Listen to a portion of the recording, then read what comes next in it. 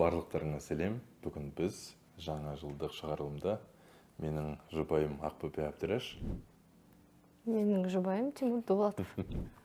Жұбайым. Және де бүгін Ел Казахстанның Махаббат куйсы атты теле жобасындамыз. Шақыруларыңызға рахмет. Сұрақтарға дайынбыз. Сен кім мамандығын айтсай соны? Мамандығым режиссер монтажа болып бастадым. Қазір кино түсірем. Әйелім стилист, киіндіреді. Сен неше жауап беретін болған сонда? Сен сұрақтарың бастадың ба? Ал сол кино түсірем. Осы клиптен бастадым, өзі киноның монтажынан бастадым. Қазіргі уақытта 5 полнометрлік жұмысты түсірген болатынмын. Арасында халықтың сүйіспеншілігіне бөленген жұмыстар бар. Мен Әбдіраш Ақбөпе, мен стилистпін. Болды? Мен әйелім кішкене ұялшақ, негізі біраз ресейлік әйгілі әртістерді киіндірген, қолынан шықпайтын жұмысы жоқ, күні-түні тігетін адам. Ұялшақ деп мен. Жоқ, енді қазір ұялып отырсың ғой, атак сен. Ұялып отырған жоқ мен Тимур. Сондайда әйгілі киноларда да өзің рөлін сомдағансың. Бұлай стилист деп тоқтауға болмайды. Жеті қырлы, бір сырлы деп жігіттерге айтушы еді. Туф, осындай сөздерді неге үйде айтпайсың деймін да. Айтамын ғой, сен ана терезеге қарап тұрған кезде мен айтып аламын. Кім бірінші кездесуге шақырды дейді. Бірінші кездесуге Ақбөпе шақырған болатын. Біз киноға барғанбыз. Қай кино екені есімде емес, бірақ сол сәт есімнен кетпейді. Мен Есентаймолдың 3-ші қабатында тұрғам, қателеспесем, экскалатормен көтеріліп келе жатқан кезде бір андай бір киноларда болады ғой, андай сәттер бір рапидпен көтеріліп келе жататын. Сондай бір естен кетпес сәт болды сол. Бірақ бұл кісіні мен негізі өзім сол кездесуге шақыруға мәжбүр қылдым, өйткені Ернар Нұрғалиевтің бір көкпар туралы клипін, Нұргүл Нұғманованың жұмысын көрген кезде монтаж жасап таңғалдым да, неге мына кісінің образы интересный. Мен ол жерде стилист болған жоқпын ғой. Болдың ғой? Мен ассистент болдым ғой. Сол ассистент болған үшін ұнадың ғой? Ойбай. Сосын Гаккуде бір 4-5 жұмыстан кейін менен сұрай бастады. Жалпы сен кімді қалайсың, қандай стилист өзіңе ұнайды, мүмкін командаңа бір өзіңе ұнайтын адамдар шақырасың деген кезде Игорь Воробьевқа айтқан болатын тұғын. Осы бір клипте көргем, Қанат Сабановтың клипі, қателеспесем, мына қызды шақырсақ қалай болады екен деп технично былай жеткізе алып, содан кейін осы клипке шақырды. Сөйлесе тұра екінші жұмысқа кірдік, Ерке Есмаханның қайда деген. Сөйтіп жүрген кезде звондайды маған, сен не істеп жатсың, не істейсің деген сияқты. Сөйтіп бірге киноға барған болатынбыз. Сол моменттен бастап таңға дейін әңгімелесіп. Мен туралы ойың жақсы екен білмеппін. Тимурмен қай жерде таныстыңдар? Бірінші кездесуден не есте қалды? Біз Тимурмен сол екінші жұмыс жасаған кезде, екінші рет жұмыс жасаған кезде Еркен қайда клипінде бірінші клипте таныстық. Сосын Еркен клипінде мен өзім байқап қалдым да, андай түрі онша емес, шамалы сондай жігіт, өзіме ұнайды сондай жігіттер. Ормандағы сахнаны айтсайшы. Ұсқынсыз шамалы. Орманда сен мұздаған кезде не істедің мен? Иә, менің үстіме рубашкасын беріп, сонымен басқа адамдар да жасайды ғой, ондайлы жігіттерді. Соны әлді қандай қалып. Короче, біз сол жерде, мен ұйықтап жұмыс жасайтын адамның негізінде. Бірақ сол ұйықтап жұмыс жасаған кезде мен күшті жұмыс жасайтын сияқтымын. Сол жерде киім үтіктеп тұрған кезде Тимур келіп, жағдайың қалай деген сияқты болып сұрады да, мен басымды көтеріп қалдым да. Мен қандай ұсқынсыз адам екен деп қарап қалдым да. Андай ұнатып қалған сезім болды менде. Сосын мен басқа проектпен ұшып баратқан кезде сол проекттен келгеннен кейін мен қалай көптен бері киноға барған жоқпын, кімді шақырсам болады деп бүйтіп телефонды бүйтіп контактын қарап отқан кезде Тимур Дулатов деген шықты. Сосын мен оны өзім киноға шақырдым. Сосын мен келдім, екеуміз шамалы қыдырдық, ал есте қалғаны мен эскалатормен көтеріп келе жатқан кезде ол мені жүрегін ұстап тұрып, бүйтіп басын иіп тұрып қарсы алды да мені. Сосын қолында ешқашан да мен жігіттермен танысып кездесіп жүрген кезде ондай нәрсені көрмеген, қолында сыйлығы болды. Есімде шоколад и блокнот да болды. Бір какой-то блокнот болды. Сол блокноты болды. Мен айттым, жігіттер сонда кездесуге осындай сыйлықпен де келе ме деген ой туды менде. Сосын есікті ашқаны, бәрі сонысы ұнады. Ал қазір ондай нәрсесі қалды ғой, қазір істемейді өйтіп. Сол? Қалжыңдайды. Қалжыңдап отқан жоқпын мен. Қалжыңдап отқан түрім осындай ме? Осындай. Так, Ақбөпе қай қазақстандық топта ән шырқады? Топтың құрамына кімдер кірді? Қателеспесем, менің жұбайым жас кезінде өлең айтқан болатын. Өлеңдерін жиі тыңдаймын, дауысы өте қатты ұнайды, жүрегіме өте жақын. Бірақ қай топ екенін, оның қай атты екенін әлі есімде жоқ. Бірақ ол бір әйгілі продюсер әйелдің тобында болған, өлең шырқаған, белгілі бір жарыстарға қатысқан. Жарыстарға қатысқан жоқпыз. Ана тележоба болды, ол жарыс ретінде ғой. Ол бөлек қой, ол группада емес. Содан кейін болды ғой. Мен бір топта болдым. Ол топта бір жылдай ма жұмыс жасадым, жұмыс атқардым. Содан кейін белгілі бір себептермен қыздар тобынан шығуға тура келді.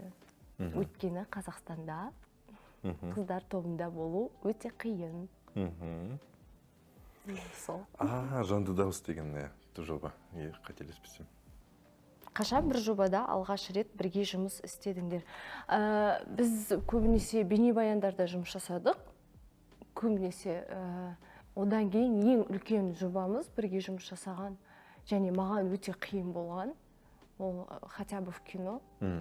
Уже біз әйел мен күйеу ретінде жұмыс жасаған кезде маған өте қиын болды. Өйткені кейбір командадағы адамдардан, ой, Тимур, сен әйеліңнен барып сұранып кел, әйеліңнен барып бүйтіп кел, сөйтіп кел деген нәрселерді естігім келген жоқ, потому что мен күйеуімнің сондай атмосферада жүргенін қалаған жоқпын. Қазір ол мені бір проектке шақырды, жобаға. Шақырғанда өзім барғым келген.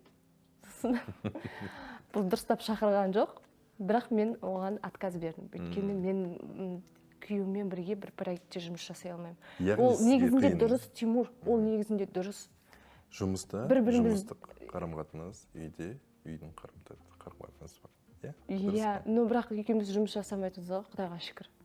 Иә, екеуміз екі жақтан биік шыңдарды белестерге жеткеніміз дұрыс қой. Иә, қазақстандық әйгілі режиссерлар тек менімен жұмыс жасағысы, ал мен күйеуім менімен жұмыс жасағысы келмейді. Өйткені мен саған бостандық беремін ғой, өнер жағынан. Бостандық. Мен и так туылғаннан бостандықта жүрген адамын айналайын. Ал, онда келесі сұрақ бойынша айта берейін. Жанды дауыс шоуында Ақбөпе қай ән айтты дейді? Қандай ән айтты? Ағылшынша әнің есімде? Кімнің әні? Кім шаны ол? Кім? Ағылшын. Аты кім еді? Білмейткенім шын айтам. Гадать етпей қойын. Бірақ атын білмеймін, бірақ әуені есімдемін. Ол жерде көп ән айтылды, әрине. Бірақ эфирге шыққан, ютубта сақталған бір әні бар айтыр. Андай кринжовый выступление болған, ол Майли Сайрустың әні. Өте кринжовый. Қарай алмаймын мен ол видеоларға. Бірақ маған өте қатты өтті. В смысле өтті? Маған өте ұнатты. Орындау. Бастапқыда Тимур қай мамандыққа тапсырғысы келді? Ағасы Азамат Дулатов оқуға түсу кезінде оған не деді? Бастапқыда Тимур, сен... Ол ақпараттар қайықтан шықты? Түсініксіз. Бірақ ол мүмкін болған. Иә? Иә.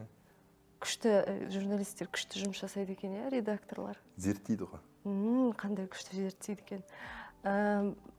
Сен негізінде поварға түскің келді. Дұрыс. Қателеспедің. Ағасы Азамат Дулатов оқуға түсу кезінде оған не деді? Менің ойымша ол есімде мама айтатын, мамам ол менің енем. Мама айтатын, Азамат Тимур оқуға түсетін кезде, повар таңдаған кезде, ол кезде Азамат операторлыққа оқиды, оқиды, сосын ол айтқан, мен оператор болсам, біздің үйге бір режиссер керек деп, Дөп таптың. Көрдің ба мен памятым қандай? Ал сен бір болсаң, мен бір өлеңін таба алмадым, айтқан. Жақсы көрем ғой, дегенмен. Ақбөпе қай қазақстандық бренд үшін модель ретінде түсті? Қателеспесем, Ақбөпе фотосессияға барғанда оның бір Қазақстанның бір түкпір жерлеріне киімнің бренді есімде емес, бірақ суреттері кім түсірген, Қайрат Темірғалиев түсірген есімде.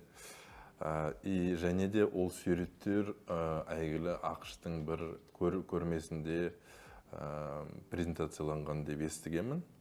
Суреттерін көрдім, мақтандым. Және де WhatsApp-та суретте сол бір. Қай бренд айтсайшы, соған бренд нақты сұрақ қойып тұр, қай брендтің моделі болып? WhatsApp-тағы суретіңді ашып, сол WhatsApp-тағы суретте мен сол брендке түскен сурет болғанда, соны ашып қарап отыр ғой, бір жерден көріп қалама деп бұрыш-бұрышында тұрады ғой, андай. Жоқ ол жерде. Так, брендтің аты қатты әйгілі болмағандықтан ба, бірақ образдары қатты өтті.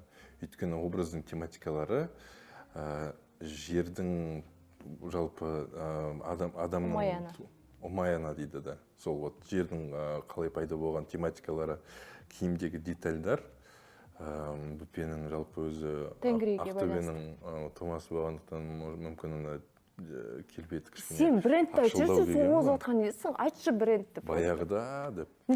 Мен даже өзің білмейтін информацияны айтып беріп отыр ғой, ал айт. Вот сол брендтің аты Айкен. Айкен деген да?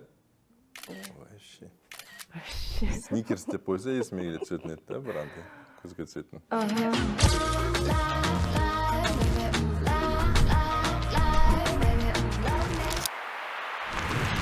Тимурдың қай фильмі немесе қай жұмысы саған ұнайды? Тимурдың көп жұмыстарын маған ұнайды деп айта алмаймын. Хотя бы в кино ұнайды. Ол енді полный метр, но бірақ менің жүрегіме өте қатты жеткен оның жұмысы бұл сенің студент, қалай айтады оны? Студенттік жұмысы өте, ол еш жерде жоқ, е? Жарияланбаған, но маған оның темасы қатты ұнады. Осы қазіргі жер бетінде болып жатқан жағдайға байланысты өте қажет фильм деп айтсам болады. Қайсы, әкем түскен бе, или дипломный жұмыс ба? Жандос Айбасов түскен. Шыңғыс мойнынан сүйетін жерде ме? Жоқ, ол емес. Ол емес пе? Группта екі дос. Ол дипломный жұмыс, Макс деген. Макс деген ба? Аты? Макс деген аты бар, дипломдық жұмыс. Өте керемет жұмыс. Негізінде оны бір жерге апарып көрсету керек. Айтып берейін ба? Мүмкін. Айтып берейін ба? Жоқ, керек емес. Айтып бергім келіп тұр. Ол жерде дипломдық жұмыста, ол жерде үш дос болады. Үш дос. Екі қазақ, бір орыс. Орыс жігіт қайтыс болып кетеді, и олар сол орыс жігіттің ауылына барған кезде оның апасы оны жерлей алмайтынын айтады да, и сонымен олар неге барады? Церковьке барады. Церковьке барған кезде ол жер жабық болады. Сосын ол екеуіне, екі қазақ жігіттің екеуіне мешітке баруға тура келеді. И сол мешіттегі имамды сұрайды, біздің досымызды жерлеп берші деп. И сосын имам барады, кладбищеге барады, кладбищеге барып, сол жерде досын Құранмен жерлейді. Негізінде ирониясы, бір жағынан ирониясы бар, и бір жағынан достарының ұлтқа қарамай көмектескісі келгендігі туралы айтылғанда, ана картинаны көрген кезде мен прям жүрегіме өте қатты жетті. Молодец. Қалған жұмыстарымды айта алмаймын енді. Ренжіме. Енді ол коммерцияға. Но Еркенің клипі жақсы өтті, е? Елдің неменесі ғой. Тарихта қалатын клип. Рахмет. Пожалуйста. Сен мен туралы өйтіп ойламадың ба? Мен сен туралы сөйлеп айтады деп. Егер сен бір күні бойы Ақбөпенің орнына стилист болсаң, кіммен жұмыс істегің келетін еді дейді. Кіммен? Біріншісін айта Егер алшы. де мен стилист болсам, Еркес Махаммен стилист болатын едім, көлік тігетін едім, бір естен кетпес. Бірақ әрине бұл кісінің орнына бола алмаймын, өйткені әр адам жеке тұлға, оның өзі орны бөлек. Мен жұбайымды өте қадірлеймін, дегенмен менің қолымнан ондай келмейді. Киім тігу деген, монтаж, кино түсіру деген жағынан болмаса. Сосын кіммен жұмыс жасағың? Сосын какой-нибудь японский бір артистермен жұмыс істеп көретін, бір нереально эксперименталды. Мен жұмыс жасаған қайсысы артиспен? Сайонара боймен жұмыс істеп көретін. Сосын? Сосын Агутинмен. Сосын кіммен анау? Кім? Бір ресей артистермен жұмыс істеп көретін едім, өйткені қазақтармен күнде көрсесің ғой, аналардың көздерінің сен сонда қазақтардың несінбейсің бе не? Жоқ, оларды жақсы көрем, просто оларды понятно да кішкене. В смысле понятно, сен қызықсыз? Мен ресей артистерімен жұмыс жасағым келетін еді деп.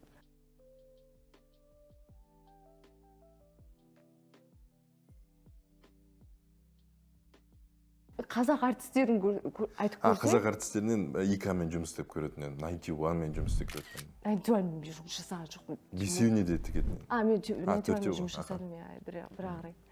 Еңілік деп айтпайсың ба? Аро. Еңілік, Аро, кімге сен кіммен жұмыс істедің, бірақ олардың жұмыстарын... Орыс қолдау шамал. Қайтейін? Русскоязычный. Орыс қолдау. Тимур Ерке Есмаханның қанша клипін түсірді? Олардың қайсысы саған ұнайды? Тимур... Өтірік айтпаймыз. 5 клип қой? Мүмкін. Соның ішінде қатты ұнайтыны қайда? Бұл қатты ұнайды енді. Қайда? Өйткені оның өте миллиондаған көрермені болғандықтан шығар деп те ойлаймын.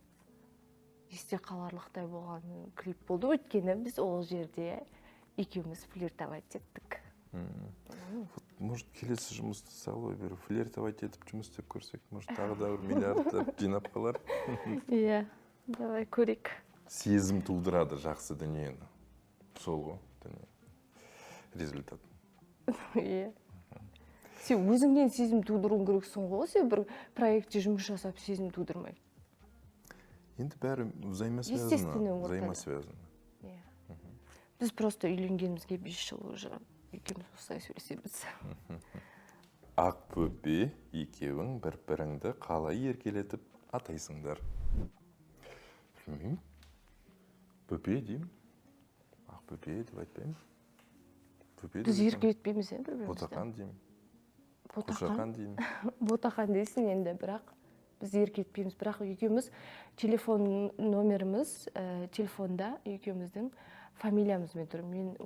Менде Тимур Дулатов, сенде Әбдіраш Ақбөпе. Соны жұмысқа бірінші танысқаннан бері өзгерткен. Иә, содан бері өзгерткен жоқпыз екеуміз. Жан... Қоян.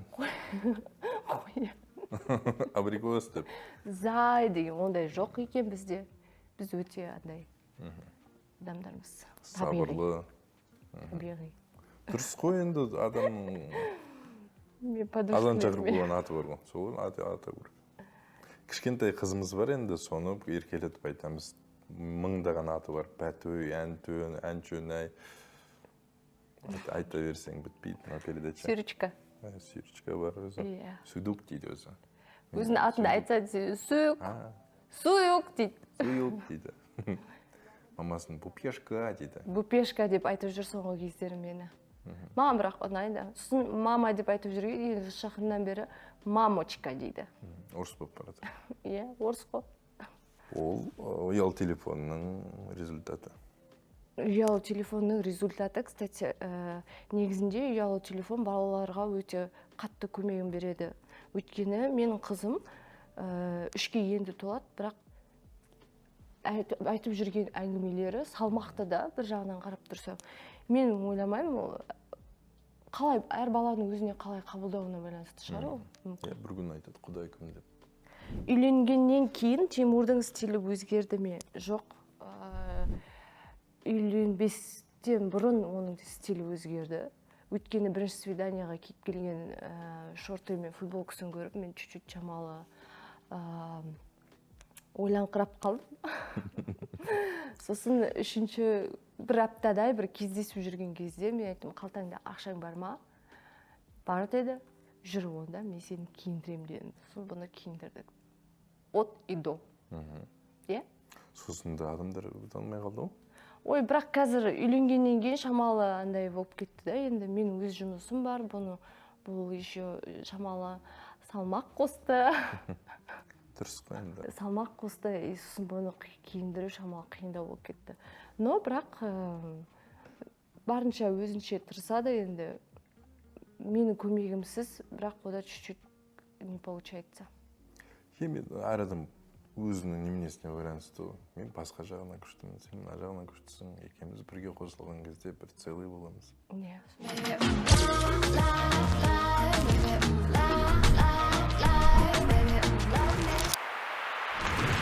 Ақбөпе сәтсіздіктен қандай әншіні құтқарды және бұл қалай болды? Так, сен бір әншіні сәтсіздіктен құтқарыпсың. Бұл менің өзім есімде де жоқ ол кім? Менде ответтер жоқ қой мынаяқта. Так, сәтсіздіктен құтқарған әртіс. Так, бір жарда ілініп тұрған, помнишь, бір әртіс берді, сен бүйтіп қолыңмен құтқарып едің ғой? Или ол емес па? Тимур шамалы, осы режиссерлардың осындай әңгімелері вообще түсінбеймін ше. Или анау неменеші? Кімді құтқардым мен? Ана бір альбомын шығарайын деп жатқан кезде айттың ғой, жоқ шығарма өзгерт сәл деп. Или немене, помнишь, бір қызға немене жабылайын деп жатқан кезде сен? Жоқ, тұр. Онда мен жауап бере берейін да. Ол сәтсіздік деп айта алмайсың ғой, ол просто өзі кетіп баратқан жерінде сосын есімде жоқ, мен айта алмаймын да оны. Жалпы мынандай бір қысқаша. Бірақ көп әртістерді сәтсіздікте құтқарғанмын. Андай негізі менің сұрағым ғой, мен жауап бере салайын. Иә. Кім? Негізі мындай бір неменесі бар да, қасиеті. Көп уақыттарда андай жұмыс болып жатқан кезде өнер адамдары бір моменттерде бір өздерінің образдарын соңына қарай утверждать ете ма, сол кезде пышақта қалған кезде бұл кісіге хабарласады да, бұл кісі күні түні деген немене жоқ, жұмыс істей береді. Алдында бір рет бір жоба болған кезде тоқтамай 2 күн тігеді. Сондағысы бір 3-4 образ полностью от и до. Соны қалай үлгересің десем, өз қол бүйтіп ұйықтамай бірдеңке тігіп отыр, бірақ бейнебаян шыққаннан кейін бәрі әп-әдемі и өзің бір қуанып қаласың. Неге бір сондай пышақта қалған кезде менің әйеліме бүйтіп қиналдырып қояды екен, неге алдын ала айтпайды екен. Пышақта қалған кезде деп, Тимур, сен қазақилығыңа базар жоқ ендеше. Пышақта қалған кезде артында біреу тұрып десе, ол пышақта қалып имет тігіп отыр. Психодағыдай, Молодец. Мен өзім де білмеймін. Мен білемін. Тимур нені жинайды, коллекционирует. Тимур біз үйленгеннен бастап, үйленгенге дейін сағат, советский сағаттарды, совет одағының сағаттарын жинайды. Көп сағаттар болған. Бар ғой? Олар бар, иә. Олар әлі тұр. Соңғы кездері оны қойып кетті. Өйткені бала пайда болды. Иә, ол солай болды. Ол бала жоқ кезде, біздің суричкамыз жоқ кезде, бүкіл ақшасы советский сувенир, сағат, андай подставка, қыртым-шыртым бір нәрселерді жинап, сөйтіп сатып алатын. Еще олардың бағалары андай қымбат енді деген. Еще олар ұсталған, там кейбіреулер новый болып шығады, жаңадан болған заттар болды. Соның бәрі, сол бүкіл ақшасын сол Совет одағында салып жатқан адамның бірі. Бірі болған. Одан кейін біздің Сирочка пайда болғаннан кейін қазір коллекционирует ойыншықтар. Бүкіл ойыншықтардың түр-түрі бар. Енді қуансың деп аласың ғой. Иә. Өзіңде болмаған затты аласың да? Иә, біздің, оказывается, Тимур екеуміздің андай неміз бар екен. Жоқ, менде болған, бірақ относительно. Менде болмаған нәрсе. Относительно болмаған заттар да? Баяғы біз балалық шағымызда болмаған заттарда психологически біз екеуміз сондай екенбіз. Балалық шақта қолымыз жетпеген, болмаған заттарды біз сүйрікке беріп тұруға, сыйлап тұруға дайын тұрады екенбіз да. Мен сүйрікті әртүрлі қылып киіндіремін. Өйткені біз бала кезімізде енді андай жағдай енді өте бір күшті болды деп айта алмаймын. Сол кезде бір киімді бір жылдап киетінбіз, например. Сол үшін мен қызымның бар жағдайын жасауға тырысамын. Сол киімдері болғанын қалаймын, әртүрлі қылып. Өйткені менде болмаған сол балада болсыншы деп. И Тимурдан ойыншық болмаған сияқты. Бірақ қазір жаман үйреніп кетті, үйге келсең жүгіріп келеді. А что ты принес? Что ты купила, дейді папасына. Что ты купила? Қолында не бар? Ты купила сюрприз? Сүйрік түсірілім алаңына алғаш рет қашан келді? Кімнің идеясы болды? Сүйрік түсірілім алаңына ол түскен жоқ, бірақ алаңға келді. Жоқ, негізі түскен тұғын ана кім Еркенің клипінде түскен жоқ беді. Бірақ сүйрік білмеймін, сен шынде жүргенде түсірілім алаңында жүрген жоқ па? Еще сол уақыттан бері. Сен бұл негізі батылдығына вообще немене да? Бұл съемкадан айдаладан келеді, келесі күні барып туа салады. Кішкене андай боевой да, сол үшін де ұнап қалды өзі негізімен. Иә, мен сүйрікке екіқабат кезімде елден қалмайын деп жұмыстарымды жоғалтып алармын, сосын жұмысқа шыға алмай қаламын деген оймен екіқабат кезімде де жұмыс жасағам. Айдалада ноябрьдің 30-ы, қарашаның 30-ы мен айдалада не ауыл жоқ жан-жағымызда, не роддом жоқ, не ештеңе жоқ. Мен өзім 9-шы айда сол жерде жұмыс жасағам. Мені продюсерлер, пожалуйста, кетші осы, сен аман-есен туып қаларсың мына жерде, құрсын, аман-есен кетші деп мені жіберсең, мен сол кезде айтқам, мен осы клипті бітірем, сосын ертеңгісі мен туам деген. Аузыма салып қойғандай. Ертеңгісі мен тудым. Сүйрік площадкеге туылғаннан кейін 3 айдан кейін шықтым. 40-нан шыққаннан кейін шамалы жүре тұрайын деп 3 айдан кейін мен өзімді өзім ұстай алмай. Бірақ бұл негізі өзімен бірге алып жүре беретін площадкада. Площадканың неше түрлісінде. Бір қолына сумкасын алады, барып тігіп жүреді, бірден кейін сөйлейді. Алғаш рет ол түсірілімге сен білмейтін шығарсың, ол жерде сен болған жоқсың. Ол алаңға Еркенің қай сөйленеді? Сен қыз деген әніне клип бейнебаянда. Мен бажам түсірген соң. Бейнебаянда менің күйеу балам сол площадкеге барлық қыздарды, отбасының қыздарын жинап, сол бейнебаянға түсірген. Соның идеясы болған.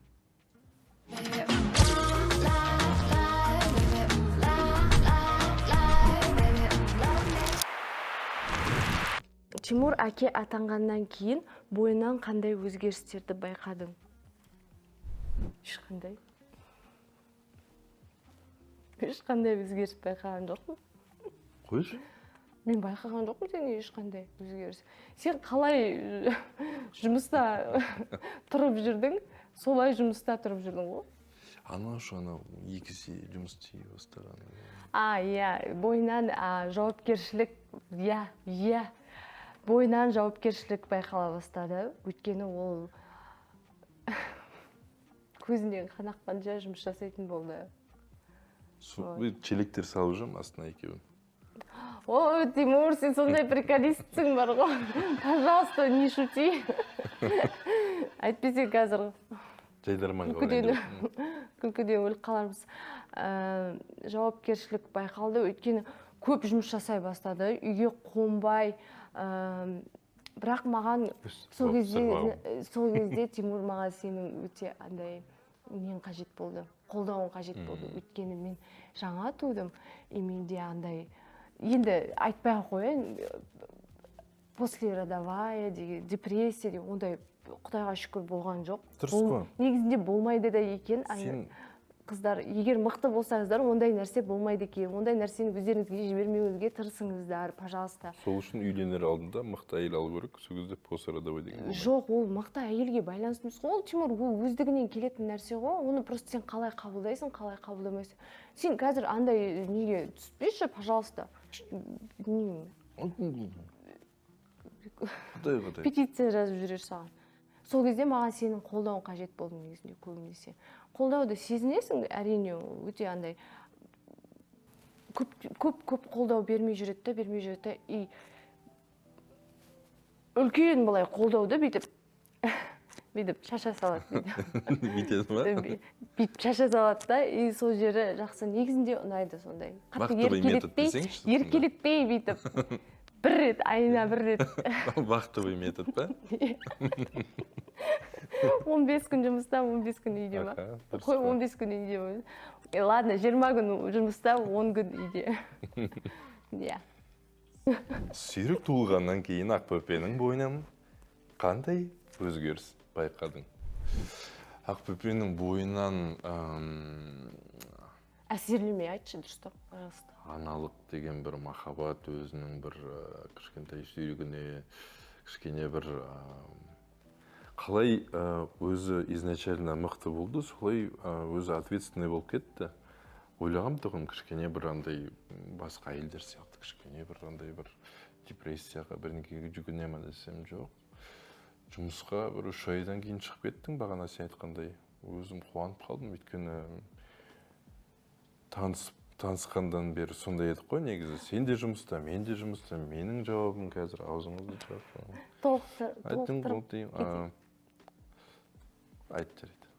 Толықтырып кеткім келіп тұр. Негізінде мен бойымда ондай қатты өзгерістер болған жоқ. Мен бірақ өзімнің андай жауапкершілігімді сезіндім, және мен неге осы жасқа дейін неге өстіп жүрдім деген сұрақтар туындады менде. Можно было бы и это раньше сделать. Вот сондай сияқты сұрақтар болды. И негізінде маған көп көмектескен, осындай депрессияға түспеуімді қадағалаған адам ол менің мамам, енем, Тимурдың мамасы. И сол кісінің арқасында мен жұмысқа шығып жүрмін. Қазір біздің өстіп отырғанымыздың өзі сол кісінің арқасы, өйткені сүйріктің қасында отырған сол кісілер, папа мен мама. Иә, қазіргі сол жастарға айтайын деген бір кішкентай мағлұмат, ештеңеден қорықпау, алға қарай отбасы бол, бала деген ертерек болса, ертерек өзің есейесің, бірге өзі қазір жақын араласу, дос сияқты болу деген сияқты. Баламен көп нәрсе өзгереді. Иә, әрине. Әр баланың өз берекесі болады. Берекесі бар. Біздің берекеміз сол сүйріктің арқасында. Иә. Сразу кетті ғой бәрі. Трамплин сияқты. Мен бұның сұрақтарын толықтырып отырғаным, өткені бұл шамал ойын өте андай... Завуалированно жеткізеді. Иә, завуалированно жеткізеді. Өткені мен всегда за кадром. Аха, келістіріп. Тимурдың сен үшін жасаған ең есте қаларлық немесе әсерлі әрекеті. Ол біздің сүйріктің алдында бір өте қиын жағдай болды бізде. Сол жағдайдан кейін, ол айтуға ұят емес негізінде, сол жағдайдан кейін мені үйдегілер көңілімді көтеру үшін отыратын жерге барғанбыз, тамақ ішетін жерге.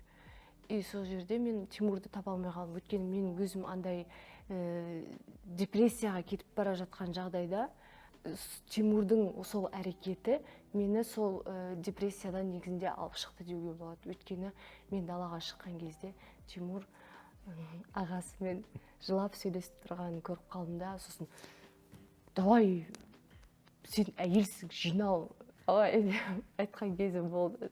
Сол кезі маған қатты әсерлі болды негізінде.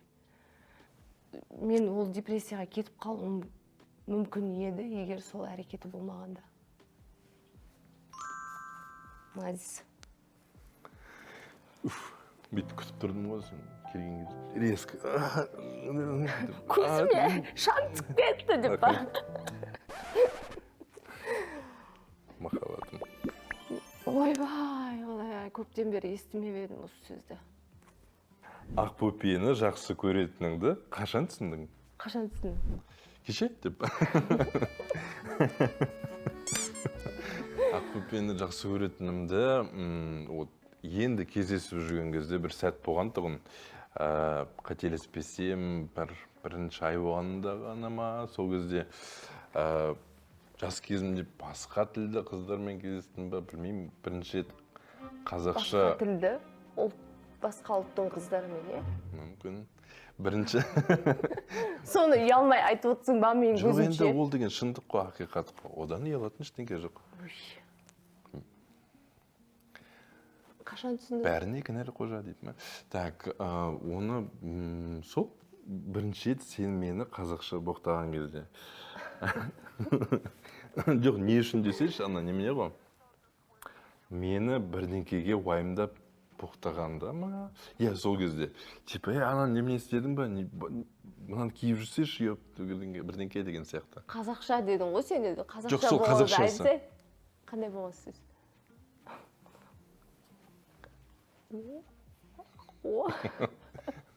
Жоқ, сол ғой, андай ғой, эмоцияны тудыратын кішкене кейбір сәттерде болған сөздер.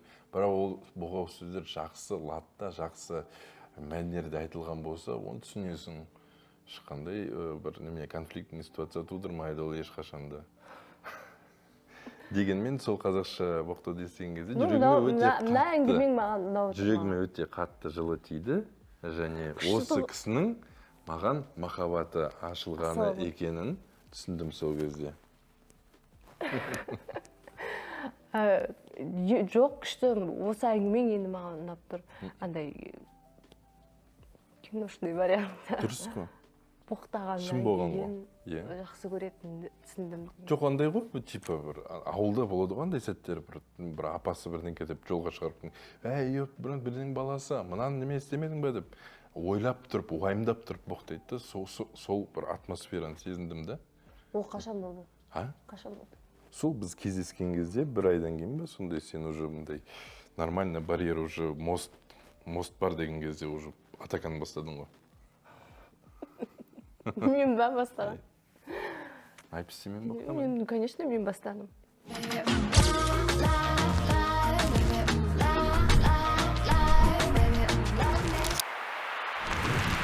Сен Тимурды жақсы көретініңді қашан түсіндің? Мен... Жоқ, мен негізінде Тимурды уже жақсы көріп қалдым, кажется. Да? Иә. То есть кездестірмей тұрып па, или? Кездестіргеннен кейін мен негізінде оны жақсы көріп қалғанымда кейін түсіндім. Сол сәтті еске алған кезде, өткені сол маған келіп, жағдайың жақсы ма деп бүйтіп ғой енді, мен еще кішкентайым бүйтіп ұстап тұр да, жағдайың жақсы ма деп. Хорхе дедім ме? Қалайсың деп бүйтіп сұраған кезде, бүйтіп басымды көтеріп бүйтіп қараған кезде, бля, деген сол. Иә, вот, сол осындай кезде да. Сол кезде, оказывается, мен уже жақсы көріп қалған екен. Сосын одан кейін шамалы бүйтіп енді 3 жылдан кейін бүйтіп өшеді ғой енді андай нелер. Соны қайта жандыру білу керек екен. Сол жандырған сәті бір сәт болды, өте тоже андай қиын сәтте өзінің көмегін көрсеткен кезде мен дұрыс адамды таңдаған екенмін деген ой болды. Ол қайтып өшіп баратыр. Жоқ, ана, немене отын саламыз ғой астына. Сол жақсай отты. Шоқ болып бітті ғой анау. көмір жай жанады ғой, сондай болып жанып тұрсың қазір. Ол да жақсы ғой. Жылуын беріп тұрады. Қыстың күні бүйтесің да, қасына келесің. Мен андай жалындаған отты қалаймын да, андай жалындап тұрған ше. Ана ағашты саласың ғой, қимен бірге. Сондай жалындап тұрады ғой, бүйтіп. Ана нені ошақты бүйтіп ашып қалған кезде бүйтіп. От бүйтіп жарқ етеді ғой, сондай сияқты. Ол қауіпті ғой. Бетің міне қасың қабағың жанып кетсе. Бәрі статично, стабильно ұстау керек. Уақыты келген кезде салып тұру керек. Өзі қара көмір сияқты ғой. Өзі аппақ қар сияқты. Мал. Сол, 11-ші сұрақ. Мен дайындап келдім, негізі. Мен дайындаған жоқ. Сіз негізі келесіне дайынсыз ба? Неге? Келесіне не? Дұрыстап қойсайшы сұрақты. Сіз негізі келесі балаға дайынсыз ба? Мен шындығымды айтайын, келесі балаға мен әлі дайын емеспін. Өйткені сүйріктің сүйрікке бүкіл внимание, өз көңілімді қазақша үйретеміз. Соңына дейін білдіргім келеді, өйткені не важно количество, важно качество дейді, качество, бүкіл ойымды осы сүйрікке арнағым келеді. Пока, данный момент. Сосын келесіне очередьте тұрғандар бүйтіп уже қартайып өлетін болды ма? Ажырасып кетпесек деймін да. Сөйтіп қалжыңдайды апам. Мен сұрағым, маған деген сезімің сол менің боқтаған сәтімдегі кездегі деймін. Шын айтам. Одан өсіп баратыр. Өйткені біз жылдан жылға жаңа деңгейге, жаңа өрістерге, жаңа шыңдарға жетіп отырмыз ғой. Қанша енді әр отбасында бір ұрыс-керістер болады, бірақ онсыз да болмайды, онсыз өмір қызық емес. Дегенмен әр ұрысудың, әр татуласудың арқасында жаңа деңгей бар деп есептеймін. Сонысына қарағанда біз дұрыс бағытта келе жатырмыз деген ойдамын, және сенің арқаңда мен бір қылыш қайрап отқан жоқпын мен. Наоборот, сенің қасыңда бір қамал жасап, ол қамалдың терезесін кішкене құптап, әдемілеп тұрып, мына жағына бір шам жасап дегендей. Күшті сөйлеп жатсың бар ғой. Құдайдың құтты күні. Бір клеткаларым оянып отқан сияқты қайда. Жүр, үйге қайтақшы. Құдайдың құтты күні интервью бере бермейміз ғой. Негізі мен за кадрым болатын адамның маған кішкене ыңғайсыз кейбір моменттерде сөйлеу, откровение дегенге. Екеуміз өзде жұмыс деп екеуміз екі жақтамыз, жиі сөйлесе алмаймыз кейбір сәттерде. Бірақ кейбір сәттерде емес, Тимур, біз білесің бе, екеуміз көп жағдайда дұрыс сөйлесе алмаймыз. Егер сөйлессек, ұрысудың түбіне жетеміз, содан кейін бір-бірімізге ренжиміз, 5 минут сосын қайтып ыржиып бір-бірімізге қарап отырамыз. Бір жақсы жерім, менің бір жақсы жерім. Мына кісінің жақсы жері бар. Ұрысты көп уақытқа созбаймын. Сол ғой негізі өмірдің мәні. Қандай әйелді алғанды. Дұрыс нәрселерді, дұрыс сөздерді жиі айта берсең, оның құнсызданып кетеді. Сол үшін сезімдер жайлы, сезімдердің өрбуі жайлы кішкене бір андай откровение дейді ғой, ол бір сирек болған дұрыс деп есептеймін. Мен сенімен күнде сөйлескім келеді, Тимур. Бірақ біз уже айтарымызды да айтып болған адамдар сияқты болып отырғым келмейді. Сол үшін біз күнде сөйлесуіміз, күнде бір новый тема. Сұхбаттың соңында екеуміз елканың артында жылап тұрмайық. Біріміз құшақтап. Жоқ, пожалуйста. Ол келесі. Мен күйеуімді жақсы көремін. Қандай болсын, болмасын. Барлықтарыңа рахмет, біздің әңгімелерімізді тыңдағандарыңызға. Сіздермен болған Ақбөпе Әбдіраш, Тимур Дулатов. Біз өте қатты жұлдыз болмасақ та, айтар ойымыз, өзге емес өзім айтамын, өз жайымды дегендей айтар әңгімеміз. сіздерге жетті деп ойлаймын. Және де эл Казахстанға рахмет. Махаббат квиз деген өте қызық нәрсе. Келіңіздер, көріңіздер. Көктем шақырады, ел шақырады. Тутимур! Қайда көктем алдында жаңа жыл ғой. Сіздерді жаңа жыл мейрамымен құттықтаймын. Өмірлеріңде барлық армандарың орындала берсін. Бөлмемені. Көбейе беріңдер, көркейе беріңдер. Жаңа жылдарыңызбен, келе жатқан жаңа жылдарыңызбен сіздерге көп рахмет. Бақытты болыңыздар, дендеріңіз сау болсын. Әрқашанда күлімдеп жүріңіздер. Көңілдеріңіз ашық, көкіректеріңіз ояу болсын. Йоу.